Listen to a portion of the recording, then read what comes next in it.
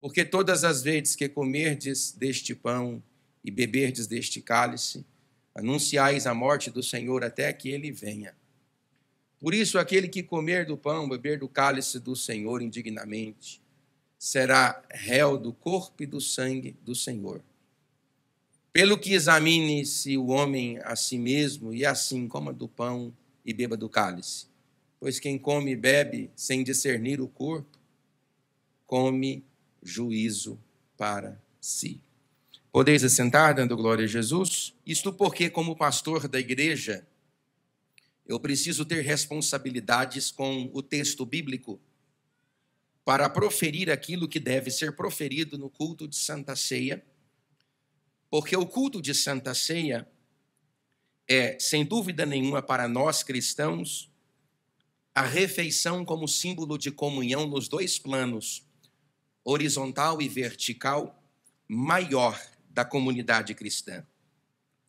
Tanto é verdade que, se você abrir a sua Bíblia Sagrada, você verá a palavra comer 452 vezes em toda a Bíblia, porque comer reflete e transmite a ideia de comunhão. A Santa Ceia, como nós conhecemos, era um culto festivo, um culto público de comunhão, onde as pessoas representavam a sua comunhão com Deus, partilhando a comunhão com o próximo. O que nós precisamos entender, conforme diz a Bíblia no livro de Velev Shemot, o livro de Êxodo, no capítulo 6, nos versículos 6 e 7, é que o culto de Santa Ceia ele foi ressignificado no sentido de que ele substitui o culto de Páscoa. A Páscoa era uma festividade celebrada pela comunidade de Israel, bem como as 12 tribos de Israel, a partir do 10º dia do mês de Habib, onde um cordeiro era colocado dentro de casa, e no 14º dia do mês de Habib, este cordeiro era imolado, a sua carne era aproveitada à família, e o sangue deste cordeiro, de forma primária, era aspergido nos umbrais, ou foi aspergido nos umbrais das casas dos filhos de Israel enquanto estavam no cativeiro egípcio. A palavra Páscoa no hebraico significa passagem, porque transmite a ideia do anjo da morte, que passa através dos acampamentos dos filhos de Israel e atinge com grande poder e mortandade a comunidade egípcia. Todos os primogênitos daquela casa, inclusive o próprio primogênito do faraó, é morto, e quase 3 milhões de pessoas são libertas para peregrinarem pelos desertos de Zin, Sim, Etão, Parã, Sinai, e 40 anos depois entrar na terra prometida, a terra de Canaã. Para celebrar a Páscoa como memorial para a comunidade de Israel, as 12 tribos escolheram um versículo do Pentateuco, no livro de Velev Shemot, no livro de Êxodo, no capítulo 6, versículos 6 e 7, onde Deus faz uma proposta para a comunidade de Israel, que ele retiraria os filhos de Israel dos seus fardos. Na verdade, quando o livro de Velev Shemot foi escrito, quando ele foi registrado, quando ele foi catalogado, nós provavelmente estamos em 1447 antes de Cristo, pelo menos 30 anos antes de sua redação. Mas nós temos aqui algumas coisas que são interessantes, que são os 4 verbos deste versículo de Êxodo, capítulo 6, versículos 6 e 7. O verbo tirarei, o verbo livrarei, o verbo resgatarei e o verbo tomarei. Estes 4 verbos eram representados na Páscoa através de 4 cálices. Todo judeu, após o livramento do Egito, colocava estes 4 cálices na mesa de Santa Ceia, que não era mesa de Santa Ceia, era uma mesa pascual, e estes 4 cálices eram colocados em cima desta mesa. Quando eles bebiam estes cálices, eles recordavam dos 4 verbos do livro de Velev Shemot, capítulo 6, versículos 6 e 7. O verbo tirarei, o verbo livrarei, o verbo resgatarei e o verbo tomarei. Era Deus dizendo para o seu povo: eu vou tirar os fardos, eu vou livrar vocês das cargas, eu vou resgatar vocês da mão de Faraó e eu vou tomar vocês à força de lá. Quando os discípulos assentaram para participar da Santa Ceia, que é uma festa substitutiva, e isso aconteceu e pode ser percebido a princípio, a priori, nos 4 primeiros evangelhos: Mateus, Marcos, Lucas e João. Porque esse texto que nós lemos é o texto clássico na Assembleia de Deus, é um texto registrado 34 anos depois do elemento histórico. Tanto é que o apóstolo Paulo disse assim: olha, o que eu estou recebendo do Senhor é o que eu estou entregando para vocês. Então não há alteração naquilo que vocês estão fazendo agora, 34, 35 anos depois, daquilo que Jesus fez 34, 35 anos antes.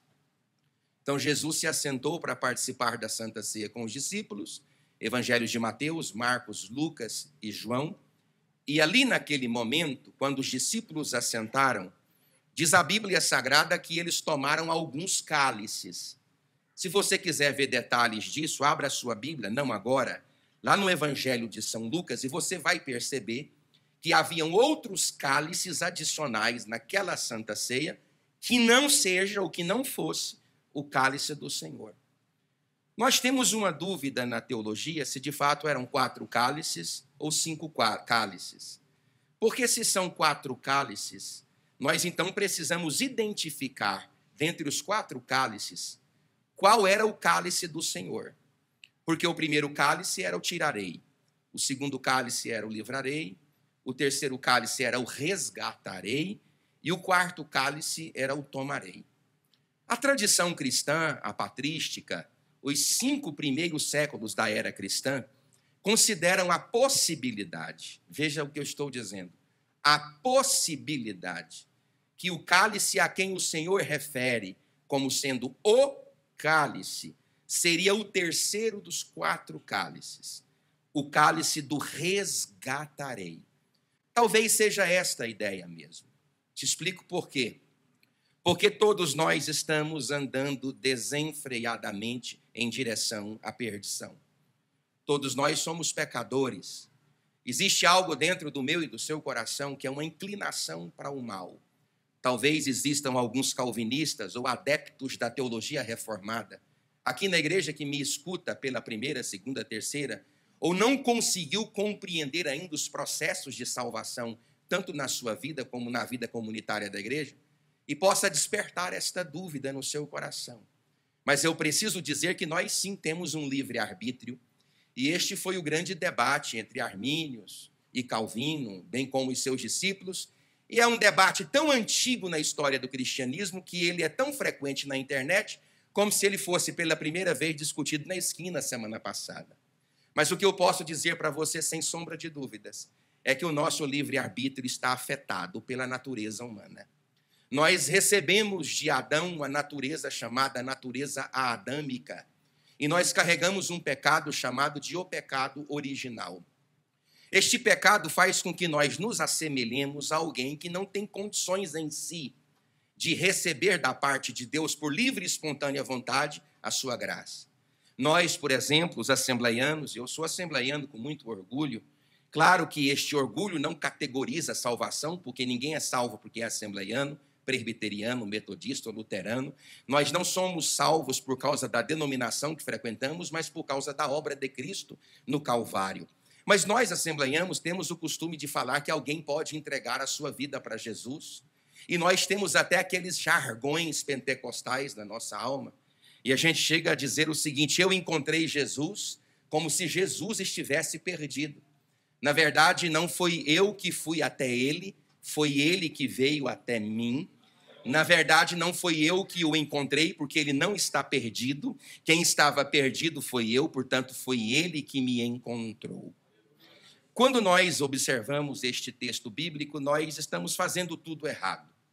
É claro que nós estamos tão errados como estavam errados aqueles que fizeram aqui 32, 33, 36 anos depois. Os irmãos da comunidade de Corinto, eles estavam passando diversos problemas lá na igreja. Se você abrir, por exemplo, a sua Bíblia no capítulo 1, dos versículos 1 ao versículo 10, você vai ver que a igreja tinha um problema de unidade. Se você abrir a sua Bíblia lá no capítulo 2 até o capítulo 3, no versículo 3, você vai ver que a igreja estava tendo um problema com ciúmes presbiterais dentro da igreja. Se você abrir a sua Bíblia Sagrada, você vai perceber, a partir do capítulo 3 até o capítulo 5, e no versículo 1, que a igreja tinha um grande problema de imoralidade sexual dentro desta igreja. Se você, por exemplo, abrir a sua Bíblia no capítulo 4 e ler até o capítulo 6 e versículo 7, você vai ver que a igreja vivia em constantes contendas. E a contenda, ela é um sintoma dos outros dois problemas que ficaram para trás. O primeiro era pleitos e rivalidades, divisão e falta de unidade. Então, a contenda vivida dentro da igreja era reflexos dos problemas que eu citei anteriormente. E, em último lugar, a partir do capítulo 10, você vai ver que a igreja de Corinto era uma igreja total e completamente idólatra. Agora olhem para o pastor. Por que esta igreja é idólatra? Explico para vocês com base na própria história do cristianismo. Nós estamos numa região poderosa, na região cognominada como Acaia. A capital meridional do Império Romano na Acaia era a própria cidade de Corinto.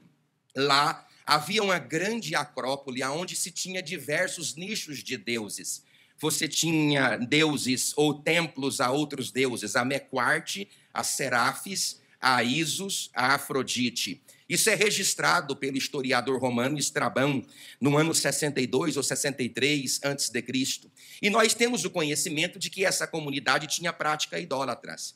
Quando estas pessoas vinham para a igreja, elas queriam acender uma vela para Deus no sábado ou no domingo. Na verdade, a igreja do Senhor sempre serviu ao Senhor domingo. Essa discussão aí sobre sábado e domingo, ela não é uma discussão peculiar na história do cristianismo.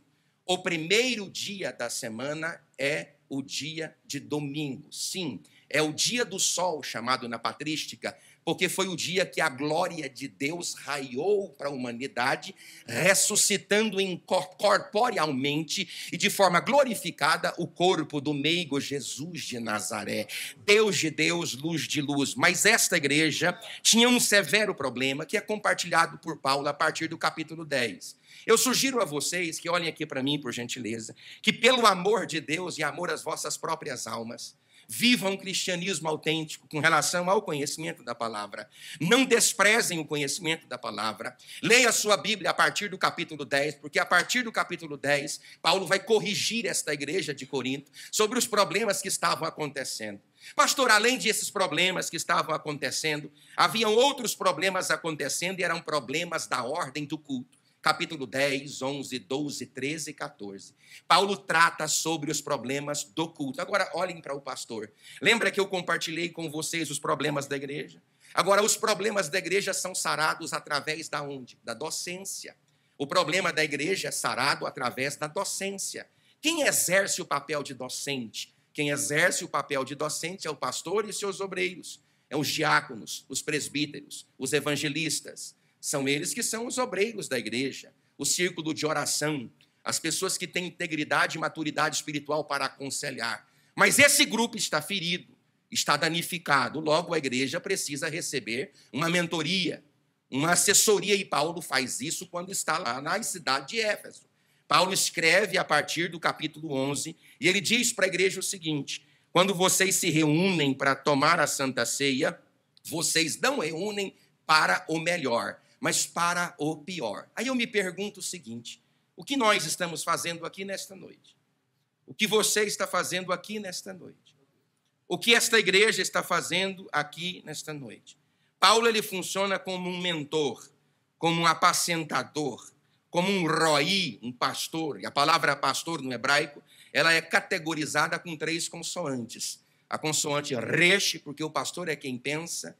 A consoante Raim, porque o pastor é quem olha, e a consoante Iud, porque o pastor é que conduz. E o pastor conduz de 2 formas. Ele conduz com um instrumento que é único, que é o cajado, mas que também serve como vara. Neste instrumento do pastor, você tem o cajado, amordaçando o cajado, você tem na ponta da vara amordaçando a vara, lá na ponta dela você tem uma alça, que é o cajado, e você tem na sua ponta uma vara.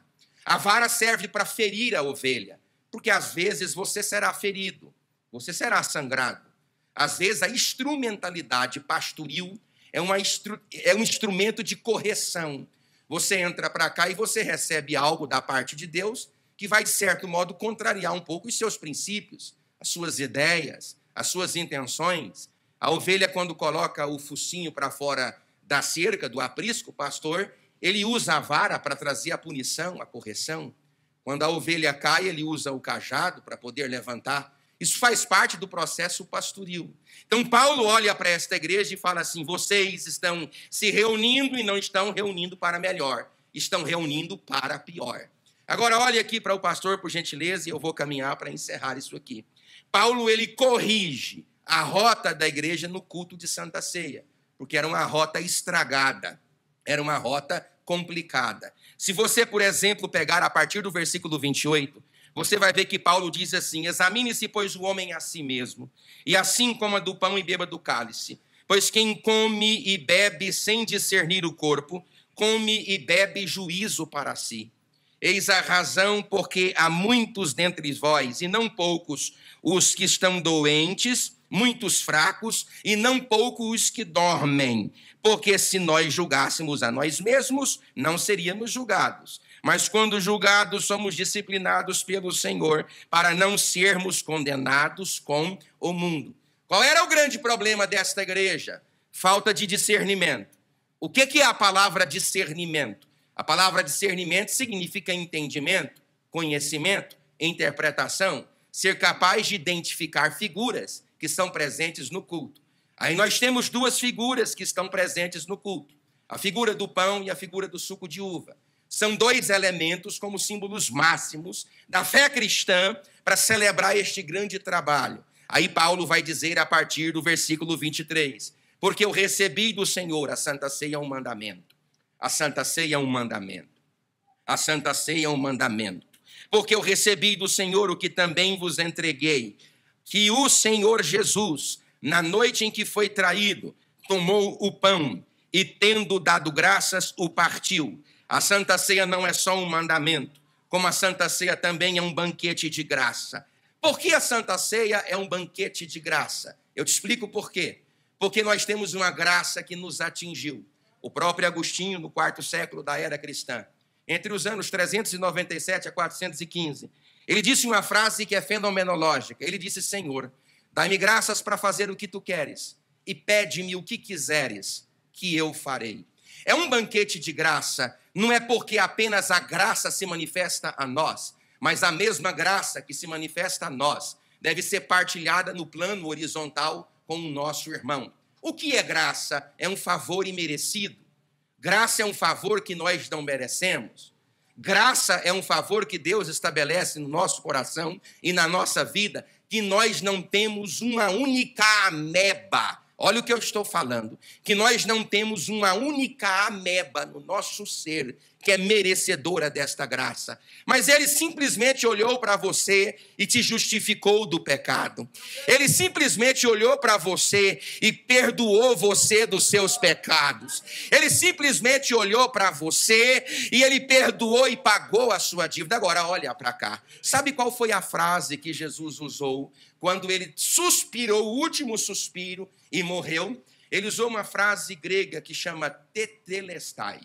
A palavra tetelestai, ela transmite a ideia de um grande contrato, de um contrato governamental, de um contrato que ultrapassa a capacidade que alguém tem de cumprir. Porque não é um pequeno contrato, não é uma dívida de R$1.000. Eu vou dar um exemplo para vocês. Lembra daquela palavra em que alguém devia a um determinado rei 100.000 talentos de ouro? Sabe qual é o peso de 100.000 talentos de ouro? 100.000 talentos de ouro de Ofir, ou mesmo talentos de prata. Eu me lembro que há pouco tempo atrás, o quilo da prata pura estava a $60.000.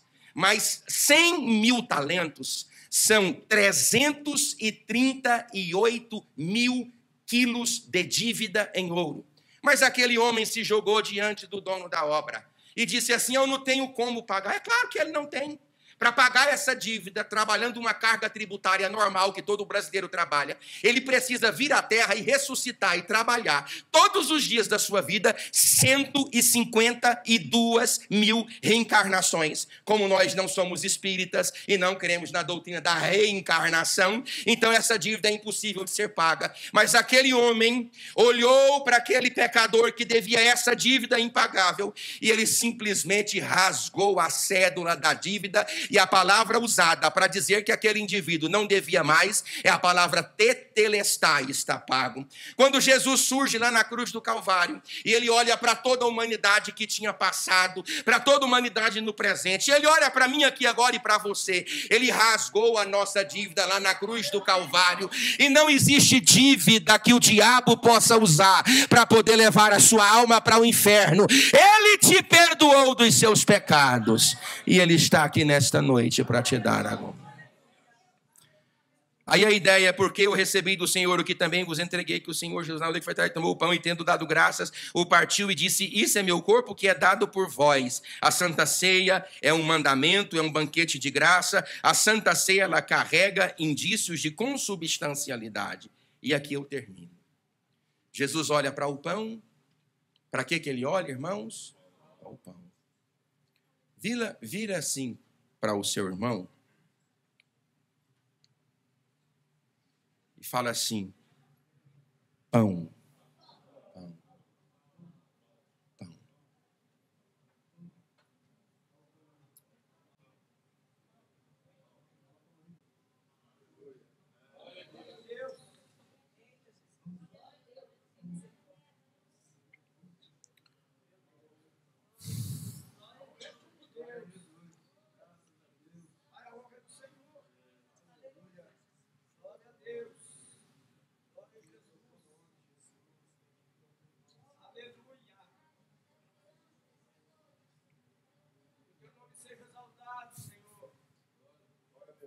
Oh, bendito é o teu nome, Senhor.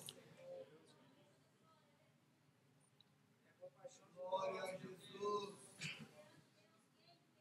Estás assentado à direita de Deus.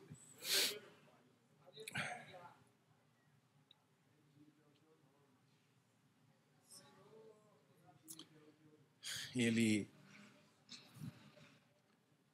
olha para a igreja, ele olha para os homens e diz: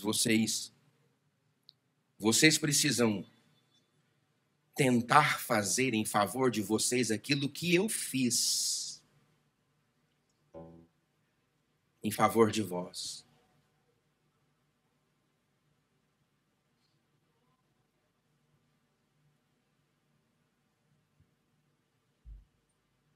Preciso tentar fazer em favor de vocês aquilo que Deus fez em favor de mim. Isso é graça. Isso é graça. É claro que eu não vou conseguir olhar para você e nem você vai olhar para mim com as mesmas lentes que Cristo olha para nós. A grande verdade é que existe um duelo. Está diante de Deus. E esse duelo, ele resolve-se na sua parte total por causa de Cristo. E ele usa as duas mãos. Com uma mão, Jesus acalma a ira de Deus. Porque se Deus olhar para mim e o seu olhar me alcançar sem o filtro de Cristo, ele me fulmina. Robert Murray McCain, no século XVII, disse: há pecado até na minha santidade. A lama venenosa da serpente nas minhas lágrimas de arrependimento. E com a outra mão, Deus te puxa, Jesus. Ele com a mão sustenta a ira do Pai e com a outra ele estende a mão para você. Com a mão ele sustenta a ira de Deus e com a outra mão ele estende ela para você. Com uma mão ele sustenta a ira de Deus e com a outra mão ele fala: Pai, aguarda, Pai, aguarda, Pai, aguarda, Pai, aguarda. E com a outra ele estende a mão e te pega. Com a outra ele estende a mão e te pega. Agora chegará um dia que ele vai recolher as suas duas mãos.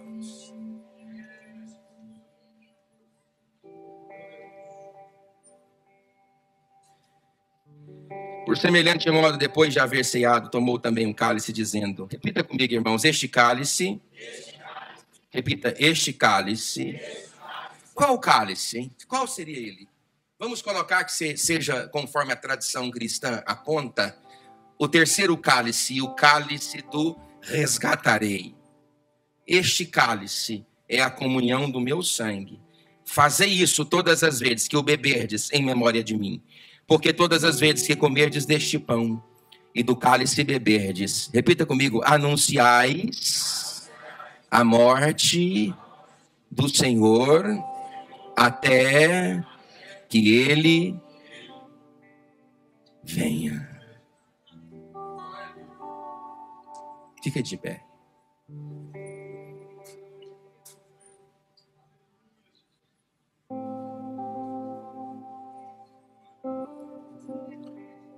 Presbítero Léo, presbítero Júlio, desce vocês dois, por gentileza.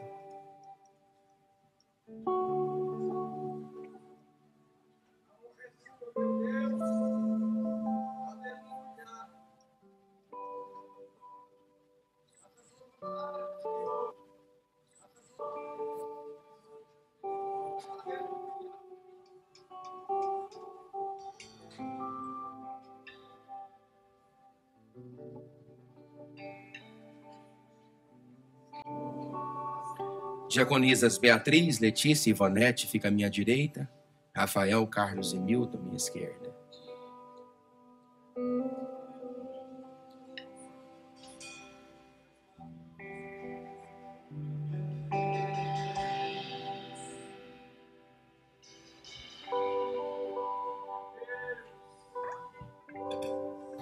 Repita comigo, irmãos. Eu não mereço, mas eu estou aqui.